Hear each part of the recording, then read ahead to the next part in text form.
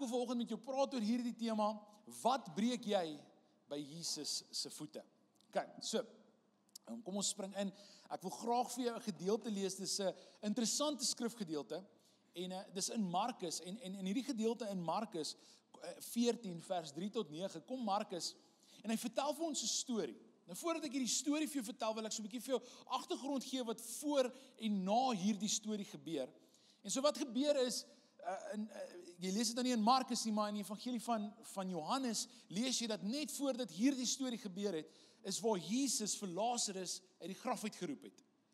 Sien die storie van Lazarus ken nie. Lazarus was een van Jesus se beste vriende gewees. Hy en sy 2 sissies is baie na aan Jesus, en Lazarus is dood as gevolg van siekte. Ons weet nie wat se siekte dit veroorsaak het nie, ons weet net Lazarus is oorlede.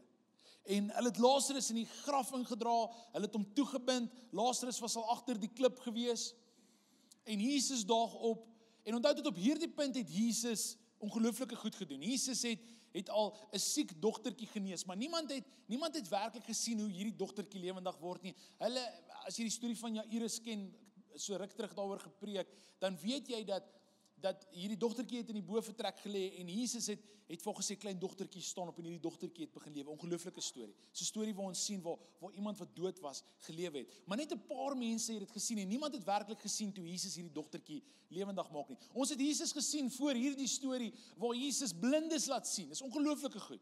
Ons het uitgesien hoe krepeles laat loop. Ons het 'n storie gehoor waar Jesus in iemand se huis is, en hulle grou 'n gat in 'n dak, en hulle laat sak 'n man af. En daai man wat sy hele lewe lank verlam was, sê Jesus staan op en loop. En jy het nodig om te verstaan dat daar was mense in Jesus se tyd, wat ons noem die Fariseërs en die Sadduseërs, wat ongelooflik teen Jesus gekant was. Want Jesus het gekom, en Jesus het godsdienstige boksies gebreek. Hy het gekom en hy het gewys dat God is 'n verhoudingsgod. Dat God gee werklik om oor mense, en selfs hulle wat uitgestoot is. In daai storie van Jairus wat ek nou net vertel het, Jairus se dogtertjie, hoe lees ons die storie van 'n vrou wat aan bloedvloeiing gely het vir 12 jaar, en sy was genees. En so, Jesus raak mense aan wat die priesters nooit sou aanraak nie. Jesus praat met vrouens, Jesus maak ongelooflike goed, en hulle beklei heeltyd teenoor Jesus. Maar tot op hierdie punt het hulle nog nie gesê, kom ons maak Jesus dood nie. Inteendeel, die oomblik wat ons sien, hulle sê ons moet Jesus doodmaak, is toe Jesus vir Lazarus uit die graf uitgeroep het. Jy sien, want dis ook want ek dink daai ou was nie regtig so blind nie. Jesus het dalk een of ander Herbalife dingetjie gebruik in sy oë gesmeer, en nou kan hy sien. Colloidal silver dalk in sy oë gesmeer, en nou kan hy sien.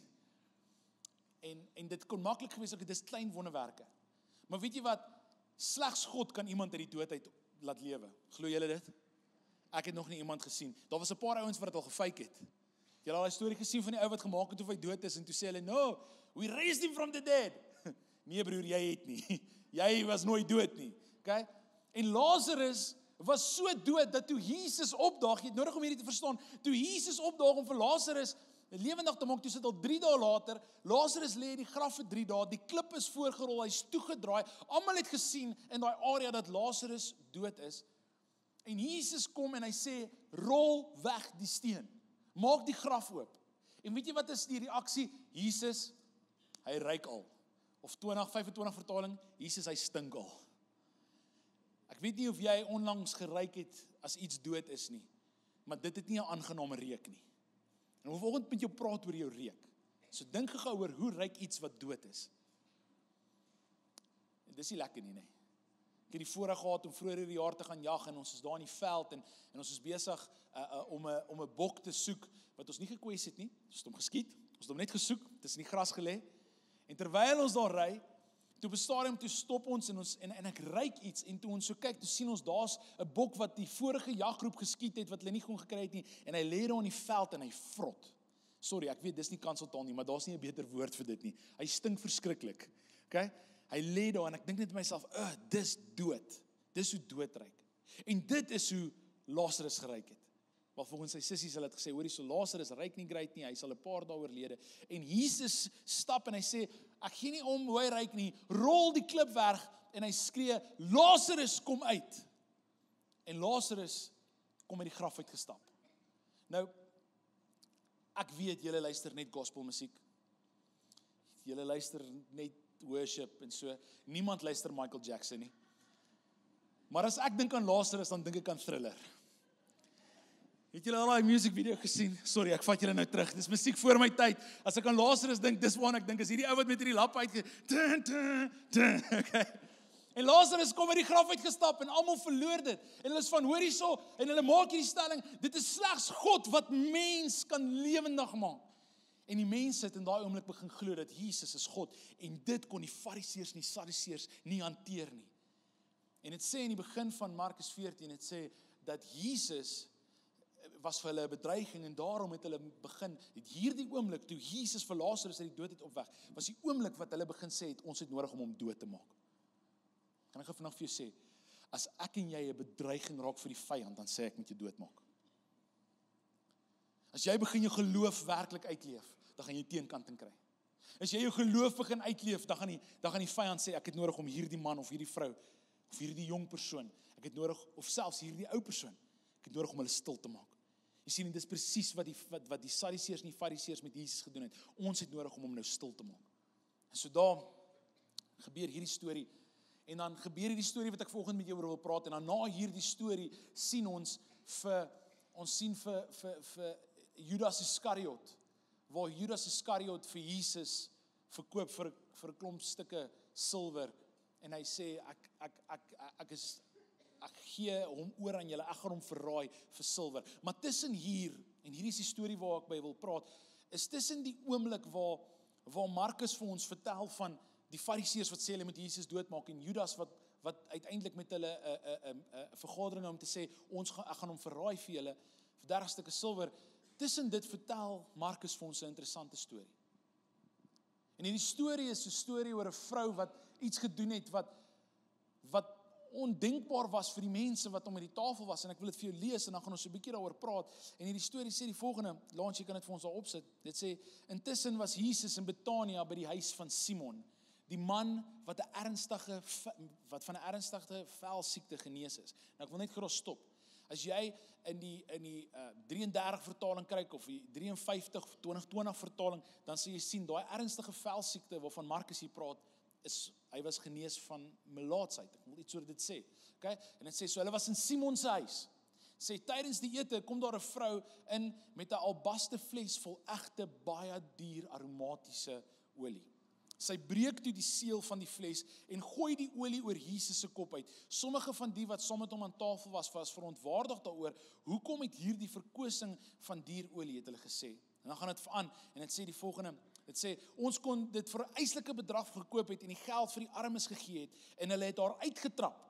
Hierdie vrou kom en sy doen iets, en hulle verloor dit, hulle trap haar uit. En dit sê, Jesus het hulle egter geantwoord, laat haar met rus. Waarom maak julle dit vir haar so moeilik? Sy het 'n weldaad aan my gedoen. Die armes sal julle altyd by julle hê, en julle kan enige tyd wanneer julle so voel aan hulle goed doen, maar ek sal nie meer lank by julle wees nie. En dan maak hy die volgende stelling. Hy sê oor hierdie vrou, hy sê, sy het haar allerbeste vir my gedoen. Hy sê, sy het my liggaam vooruitgesalf vir my begrafnis. Ek verseker julle, waar hierdie goeie nuus ook al oor die hele wêreld verkondig word, sal daar gepraat word van wat sy gedoen het, en sy sal vir altyd onthou word. Hier staan ons, 12 Oktober 2025, en ons praat nog steeds oor hierdie vrou. En so Jesus se woorde is waar. En so kom ons praat so 'n bietjie oor wat in hierdie oomblik gebeur, want ek wil hê jy moet verstaan dat partykeer lees ons die Bybel en ons kan dalk mis wat in hierdie oomblik gebeur. Want daar's sekere goed wat gebeur wat Markus ons nie vertel nie. Jy sien, ons weet waar hulle was, en ons weet wie by hierdie gesprek was. Hulle was in Simon die melaatse se huis. Die oorspronklike teks sê nie hy was genees van 'n velsiekte nie, hy noem hom net Simon die melaatse se huis. Nou ek weet nie van jou nie, maar ek hoop nie mense noem my Marius die en hulle noem my fout of my, jy weet, of my verlede, hulle noem my dit. En partykeer noem die wêreld ons so, nê. Jy sien, want Jesus kan jou vrymaak, maar die wêreld noem jy nog steeds jou verlede. Ek het al gehoor hoe mense praat van daai vrou, die geskeide vrou, of daai man, die geskeide man, of daai persoon, die weduwee. En hulle koppel jou aan jou verlede. En dis presies wat ons hier sien. Hierdie Simon staan bekend aan sy verlede. Nou jy het nodig om te verstaan dat Simon het op 'n stadium aan 'n melaatsheid gelei. Nou as jy nie weet wat melaats is nie, as jy melaats was, het jy 'n velsiekte gehad wat letterlik jou vleis gevreet het. Jou liggaam het homself gevreet. En dit was ongelooflik aansteeklik geweest. En hulle sit in hierdie ou se huis. En die enigste rede hoekom ons weet hierdie ou is genees, is want hulle sit saam met hom in sy huis. En hierdie was heel moontlik een van die mense geweest wat Jesus gesond gemaak het. So ons weet Simon is daar.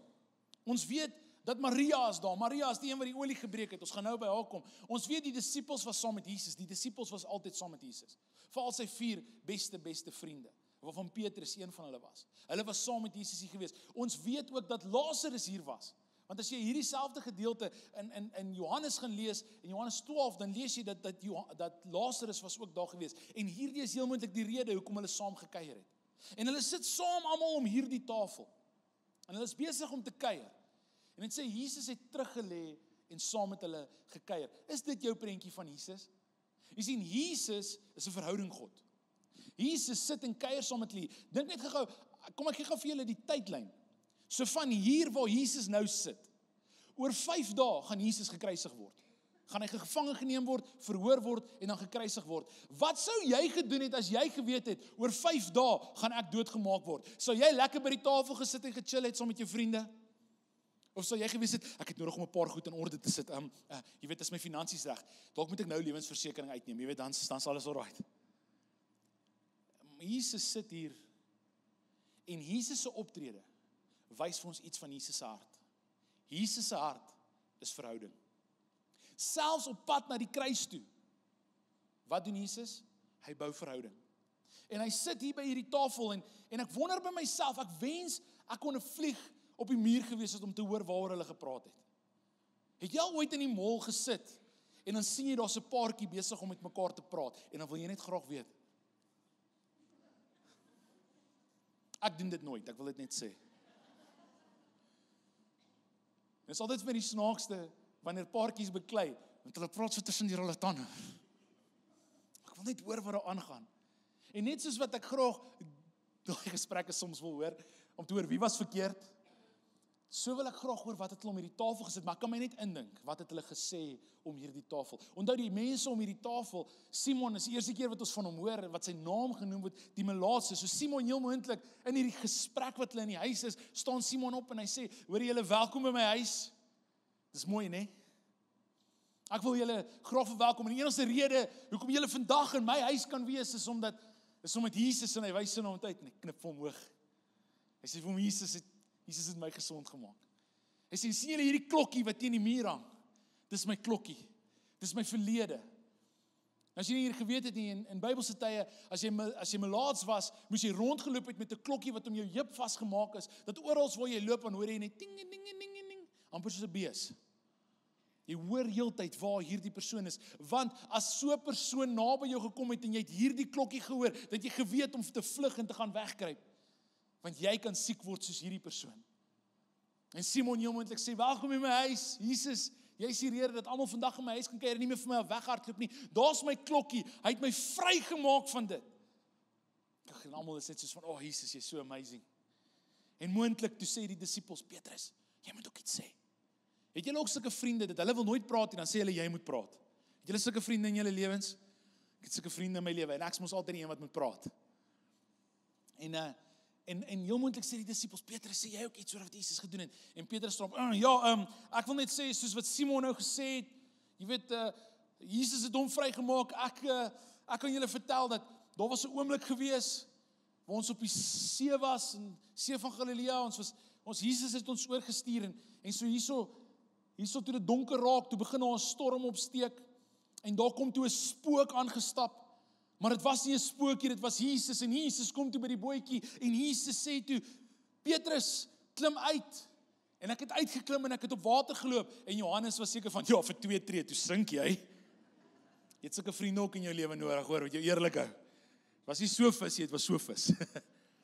en Petrus sê van, bly stil, dankie Jesus, dankie dat jy die awesomeste goed doen, en hy gaan sit, en dan kry ons altyd daai een persoon, ek weet nie of julle ook sulke mense in julle lewe het nie, maar ek het so 1 of 2 sulke mense in my lewe, wanneer jy 'n storie vertel, of iets wat met jou gebeur het, dan sê hulle altyd, dis nog niks nie.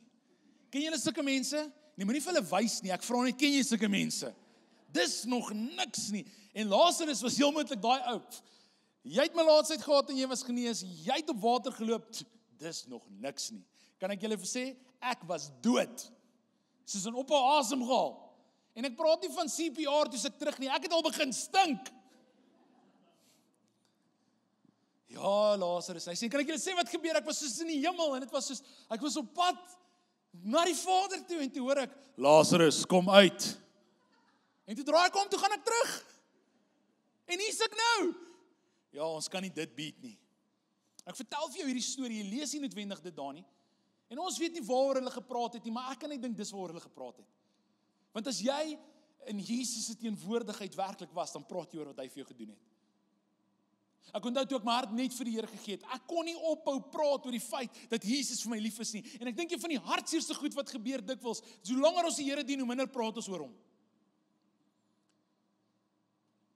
En hulle sit en hulle het hierdie ontmoetings met Jesus en hulle het op water geloop en hulle het heel moontlik gepraat oor blindes wat gesien het, oor alles wat hulle gesien het Jesus gedoen het. En in hulle teenwoordigheid sit daar 'n vrou met die naam Maria. En Maria sit hier en sy dink by haarself, onthou in die Joodse kultuur, 'n vrou kan nie net opstaan en praat nie, inteendeel, as jy enigiets weet van die Joodse kultuur, 'n vrou moet haar plek ken en stil bly. Inteendeel, in daai samelewing, in daai tradisionele Ooste samelewing, het 'n vrou amper nooit gepraat nie. Inteendeel, die enigste tyd wanneer haar man selfs met haar gepraat het, was toe hulle alleen by die huis was. Dit is die plek van 'n vrou gewees in daai samelewing. Jesus het dit natuurlik kom verander. So moenie vandag hier uitstap en sê, ja, my vrou, ken jou plek en bly stil. Dis nie wat ek vir jou sê nie. In daai samelewing was dit so gewees en Jesus het dit konstant, het hy waarde kom gee aan vrouens. Maar in hierdie hele proses, dink ek, sit Maria daar en sy hoor die gesprekke wat om die tafel gebeur. En sy dink by haarself, ek kan nie praat oor hoeveel hy vir my beteken het nie, maar ek kan dit vir hom wys. En heel moontlik was haar huis baie naby gewees aan Simon die Melaatse se huis. Hulle is in Betanië, dis waar hierdie storie afspeel en sy gaan heel moontlik na haar huis toe en sy het hierdie stories gehoor en sy gaan haal olie, reukolie wat sy daar het en hierdie olie is nardusolie of nard oil. En hierdie olie het jy nodig om te verstaan, dis 'n half liter leer die woord ons. En hierdie waarde van hierdie olie, hoor die waarde van hierdie olie, was soveel werd soos 'n persoon se jaar se salaris. So vat gou jou salaris en maal dit met 12. Die algemene persoon se salaris maal met 12.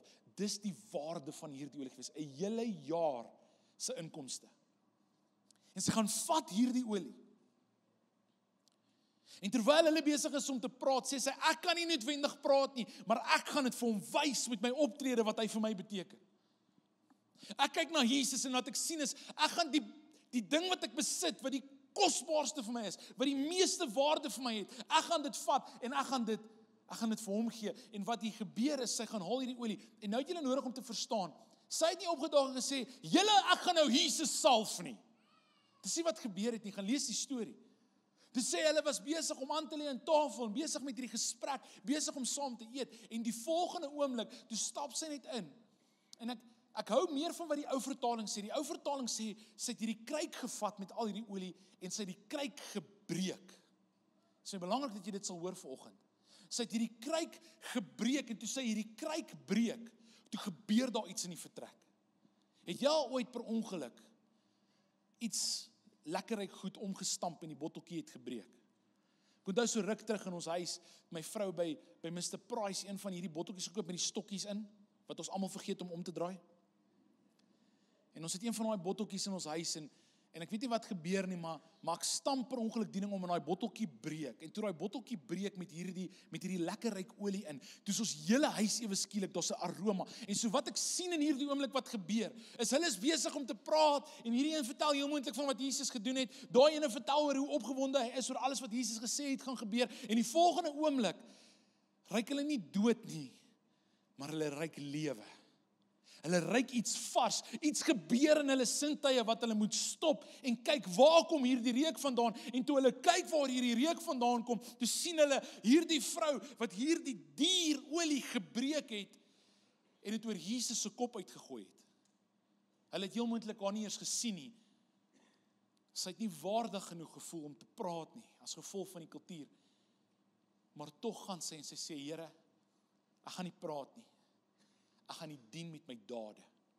En sy breek daai fles en sy gooi dit op Jesus se kop uit. En dan doen sy iets interessant. Sy maak haar hare los. En sy gaan sit by Jesus se voete en sy vat haar hare en sy begin met haar hare hierdie olie op te vee en dit in Jesus se liggaam in te vryf. Sy vryf dit in Jesus se voete en in Jesus se bene en nie moet ek in Jesus se arms in. En nou, ons mag dit dalk lees en sê, wow, dis mooi, maar kan ek vir jou sê, in die Joodse kultuur, weet julle wat is die ding wat 'n vrou haar waarde gee in die Joodse kultuur? Sy hare. Inteendeel, hulle glo, 'n vrou wat sy hare nie bedek is of vasgemaak is nie, en heel moontlik haar hare was nie in 'n ponytail gewees nie, hoor. Was met 'n kopdoek vasgemaak gewees, haar hoof was bedek gewees, en sy haal hierdie af, en in 'n Joodse vrou se waarde, sy hare is haar waarde. Hulle het gesê, 'n vrou, julle kan gaan kyk, hulle het altyd hierdie mooi donker hare. En toe sy haar hare laat losmaak, hulle het gesê, 'n vrou wat nie 'n goeie reputasie gehad het nie, sy hare het losgehang. 'n Prostituut byvoorbeeld, sy hare het losgehang. En hierdie vrou maak haar hare los, en weet julle wat sê sy? Sy sê, Here, ek ag U so waardig, dat ek bereid is om my waarde neer te lê. En sy vat haar hare, en sy begin dit in Jesus se liggaam in te vryf. Ek wil hê ons moet na hierdie vrou kyk, en ons sal nou kyk oor 'n paar goed wat hierna gebeur het. Maar die eerste ding vanoggend wat ek wil hê jy moet sien, is dalk as jy in 'n situasie waar ander mense het al Jesus op next level goed beleef. Hulle het goed gesien wat Jesus gedoen het en is wow. En jy voel altyd soos die buitestander. Jy voel altyd, ek kan nie saam praat nie. Weet jy wat, dis presies hoe hierdie vrou gevoel het. En weet jy wat het sy gedoen? Sy het nie toegelaat dat dit haar keer om vir Jesus alles te gee nie. Inteendeel, sy het gegaan en sy het gesê, Here, ek gaan U nie net dien met lippetaal nie, ek gaan U dien met my optrede. En kan ek vanoggend vir jou sê, ek beleef die kerk is besig om na 'n plek toe te gaan waar ons moet ophou net sing oor die Here en praat oor die Here en om begin dien met ons dade. En is baie stil. Want die tyd van kerk speel is verby. Die tyd waar ons net sê ons dien die Here, maar Vrydag aand dan raak ons dronk om 'n kampvuur. Of ons slaap rond. Ek dink daai tyd is verby en die Here sê, ek wil jou lewe hê, ek wil jou optrede hê. Jy sien, dit is wat hierdie vrou gedoen het. Sy het gesê, Here, ek lê alles by U voete neer. Sy het dit wat vir haar die kosbaarste was, het sy gevat en sy het vir hom gegee. Kan ek vanoggend vir jou vra, wat is dit wat vir jou die kosbaarste is vanoggend? Dit wat jy vashou. Dit wat die meeste waarde in jou lewe het. En miskien is dit jy. Jy dink self, jy is die kosbaarste ding wat jy het. En Jesus sê volgende, ek wil hê jy moet jouself kom breek by my voete. Jy sien, want sy het hierdie olie gevat en sy het dit gebreek. Dit wat vir haar die belangrikste was, sy het dit kom breek by Jesus se voete. Sy het dit vir hom gegee. En ek dink dit is belangrik om te sê dat sy dit gebreek het. Want wat ook al vanoggend vir jou die belangrikste is, as jy vandag bereid is om dit na Jesus se voete toe te bring, dan vra hy nie vir jou, sit dit net neer nie. Hy vra vir jou, breek dit by my voete. Dis hoekom my tema vanoggend is, wat breek jy by Jesus se voete? En nie net, wat sit jy by Jesus se voete nie. Jy sien, want hier's wat ons baie keer doen. Is ons gaan na Jesus toe en ons sê, Here, die belangrikste ding vir my is my werk. En ons sit dit daar by Jesus. Here, ek wil U dien by my werk, dis vir my belangrik, ek geniet my werk, ek gee dit vir U, Here, en jy sit dit daar, en dan stap ons weg, Sondag na kerk, en ek het dit vir Jesus gegee, en dan Maandagoggend, Jesus net gevinnig, vat ons dit weer terug.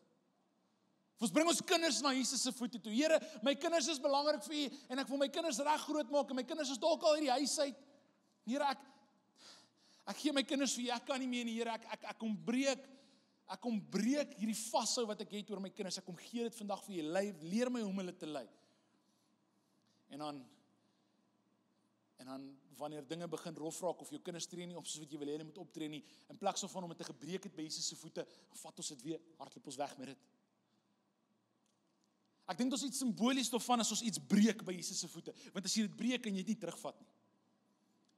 Wat vra Jesus volgend vir jou om vir hom te bring? Dalk is dit jou trots. En as ek praat van trots, dan sit, Here, ek sukkel met geheime sonde en ek kry nie oorwinning nie en ek kom bring dit en ek kom breek dit by U voete sodat hoe ook al U sê ek gesond moet word, ek het nodig om met iemand te gaan praat, dis reg, Here, dis wat breek beteken. Is Here, wat ook al U volgende sê, ek sal dit doen. Jy sien, dis wat hierdie vrou gedoen het. Sy het nie so, ek dink vir myself, hoekom het sy nie net so bietjie olie gegooi en gesê ek het ten minste kan ek nog 'n half jaar se salaris oorhou nie. Sy breek dit, want dit is wat Jesus vir haar beteken het. Jy sien, sy het Jesus gedien met alles wat sy gehad het. Sy het gesê, Here, ek gee vir U alles, ek wil niks terughou nie. In kontras byvoorbeeld met Judas Iskariot. En ons almal oordeel vir Judas Iskariot. Hoe kon hy Jesus uitverkoop het? Vir 30 stukke silwer. Hoe kon hy dit doen? En ek kyk na hierdie vrou se reaksie teenoor Jesus. Sy kyk na Jesus en sê, Here, sy kyk na Jesus en sy sê, Here, U is vir my alles werd. Judas kyk na Jesus en hy sê, Jesus, U is vir my 'n paar stukke silwer werd. En of ons dit nou sal herken of nie, maar ons van ons vanoggend hier, dat jy Jesus, daar's 'n prys wat jy aan Jesus kan sit. Sê, Here, ek is bereid om hierdie vir U te doen, maar ek is nie bereid om dit te doen nie. Hierdie vrou se reaksie was nie soos Judas se reaksie nie. En vanoggend wil ek jou vra, wat is jou reaksie teenoor Jesus vanoggend? Is jy bereid om alles vir hom te bring? En te sê, Here, ek breek dit by U voete. Want in elk geval kan ek vir jou sê, dis die beste plek, waar dit wat vir jou belangrik is die beste plek om dit in te vat. Dis by sy voete.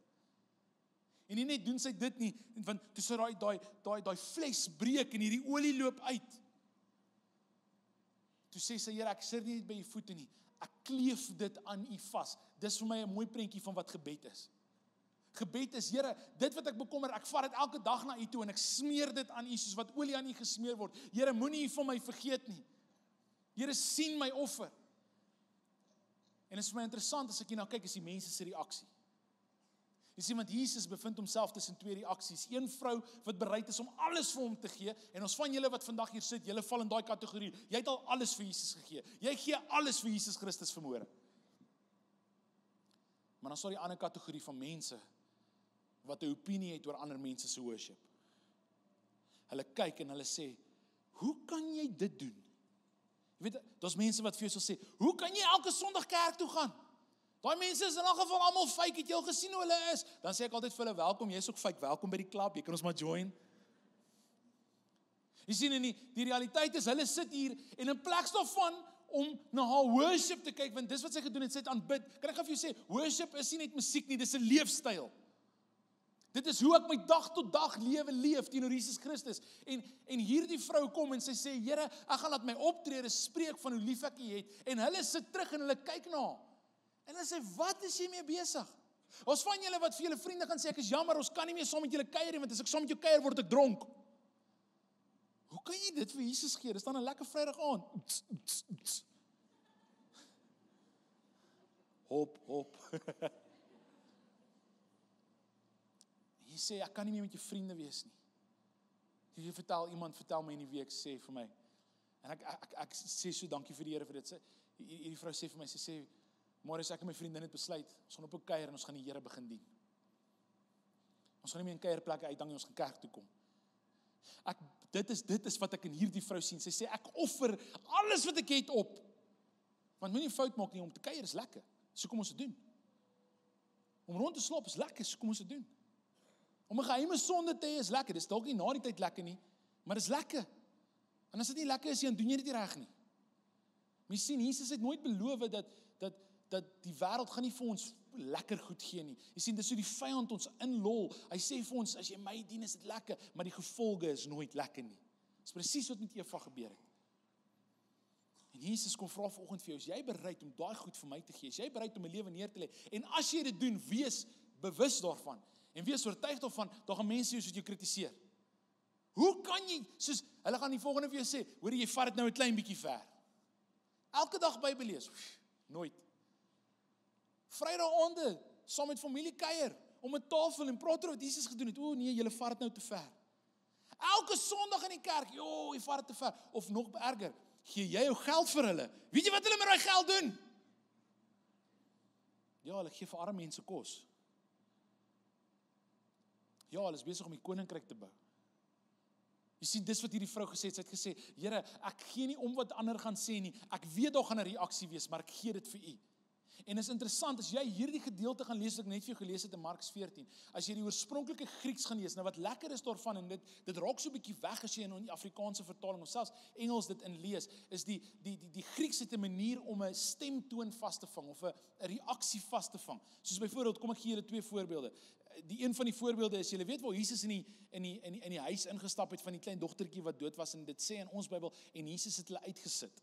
As jy daai in die Grieks lees, dan verwys dit na Jesus wat hulle gewelddadig uit die huis het gesit het. Dit is uit! Het jy al ooit gedink aan Jesus as 'n MMA fighter? Hy het hulle uitgegooi. Die Grieks sin speel daarop dat hy geweld gebruik om hulle uit te laat gaan en gesê, jou ongeloof is nie welkom hier nie.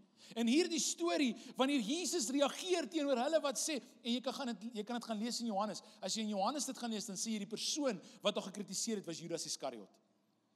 Jy sien, want hy het nie Jesus so hoog gewaardig, soos wat hierdie vrou het nie. En daarom sê hy, hoe kan jy hierdie geld vir dit gebruik? Ons kon dit vir die armes gegee het. En die Grieks sin speel daarop, dat Jesus se reaksie teenoor hom, was 'n streng reaksie, 'n kwaai reaksie. Nie net van, nee man, los haar, jy weet, ons gaan altyd oor haar praat nie. Hy het hom aangespreek. Het iemand jou ooit aangespreek? Dis nie lekker nie. En Jesus spreek Judas streng aan hier aan, en hy sê vir hom, los hierdie vrou uit, want dit wat sy gedoen het, was ongelooflik. Hierdie vrou het my voorberei vir dit wat ek gaan doen. Jy sien, ons het nou gepraat oor Lazarus. Ek dink, as ons geestelik na ons lewens moet kyk, baie keer dan ryk ons soos Lazarus in die graf, ons ryk dood. En wat ek vanoggend beleef, ek ons as gemeente na toe wil uitnooi, hier waar ons in die vooraan staan van ons 4de kwartaal, waar ons die jaar op gaan afsluit met ons laaste kwartaal, wil ek jou vra, gaan jy wees soos iemand wat dood is, wat stink in jou geloof?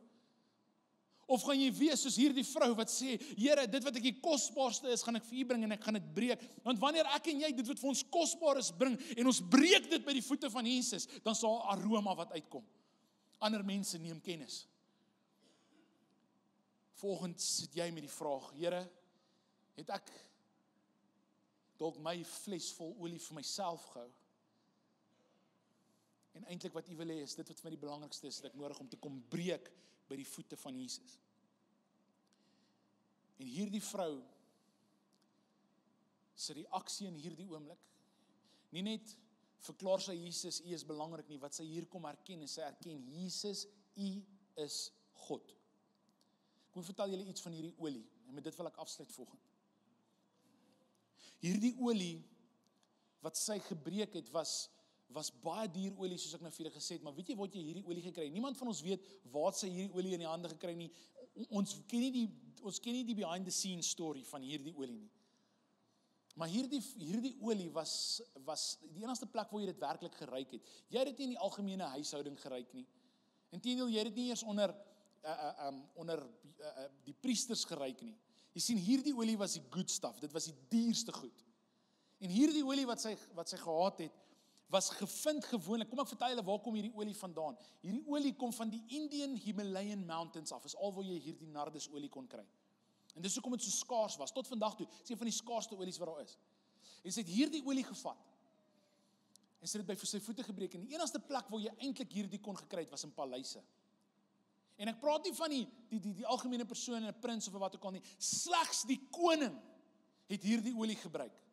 En wanneer hierdie koning hierdie olie gebruik het, het hy sy hele liggaam met daai olie gesmeer. En wanneer hy verby iemand geloop het, het hulle nie net gesien hy lyk soos 'n koning nie, hy het geruik soos 'n koning. En wat hierdie vrou kom verklaar, toe sy hierdie olie breek, en sy smeer dit aan Jesus, en sy het gesê, Jesus, U is die koning van my lewe. U is die koning oor die heelal. Daar is niemand soos U nie. En ek verklaar deur my oomblik van gehoorsaamheid, my oomblik van worship, dat U is die koning.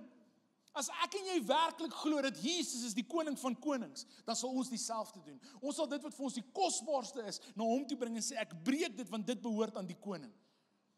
En as jy volgend nie bereid is, hoor mooi wat ek sê, as jy nie volgend bereid is om dit wat vir jou die kosbaarste is, te kom en by Jesus se voete te breek, en aan sy liggaam te smeer, spreekwoordelik nie, dan sê jy eintlik, ek glo nie hy is die koning nie.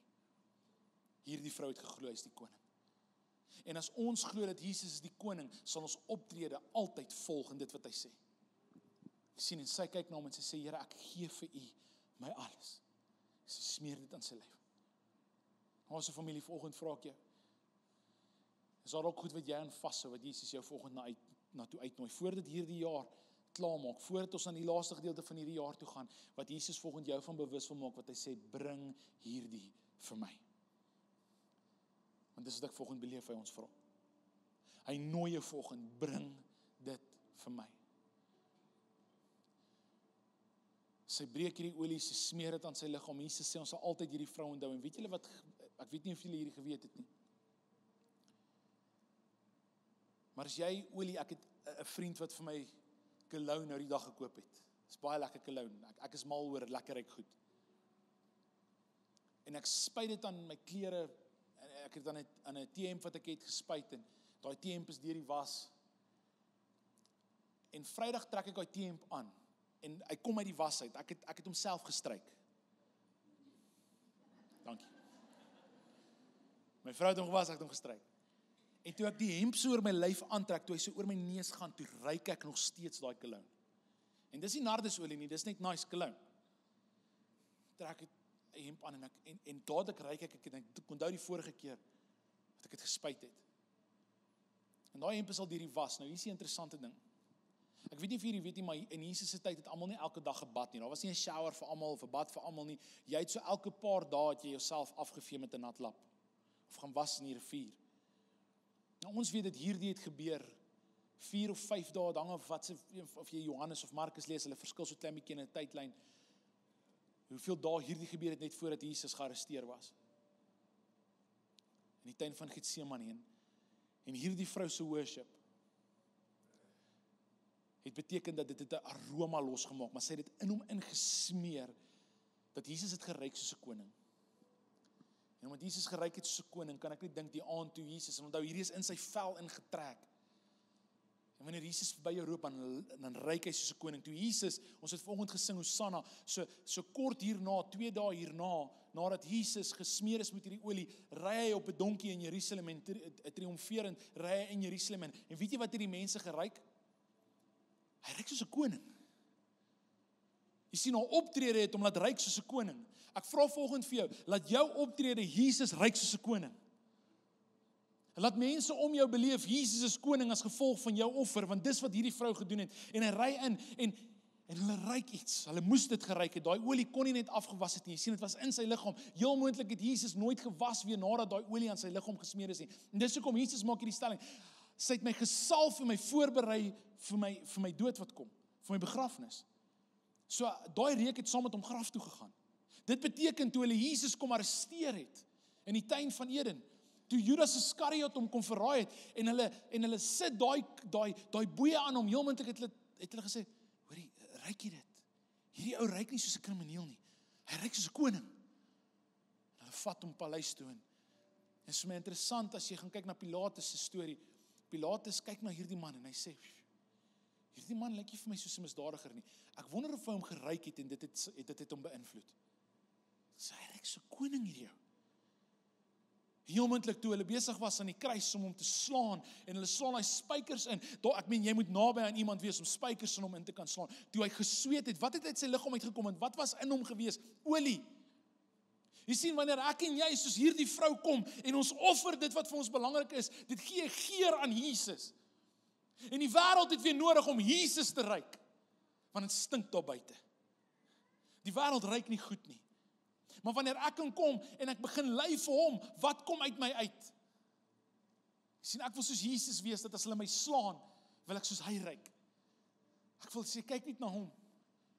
Hoe lieflik en hoe mooi is hierdie geur wat uit ons uitkom. En so vanoggend vra ek jou, om ondersoek te doen in jou eie hart, is ek besig om alles vir Jesus te gee, of het ek nog 'n botteltjie olie wat ek hier agterhou vir in case. En volgende vra ek vir jou, bring dit wat vir jou kosbaar is en breek dit by my voete. So daar waar jy sit, wil jy nie net volgende jou oë sluit.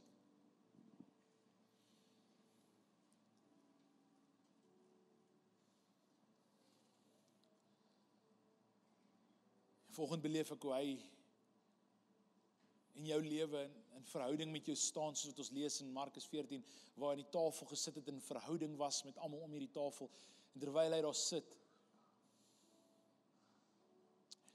ek wil jy met jouself in hierdie situasie sien, waar dit wat jy in jou hand het, is dit wat vir jou die kosbaarste is. En dalk is dit vrees wat jy vashou.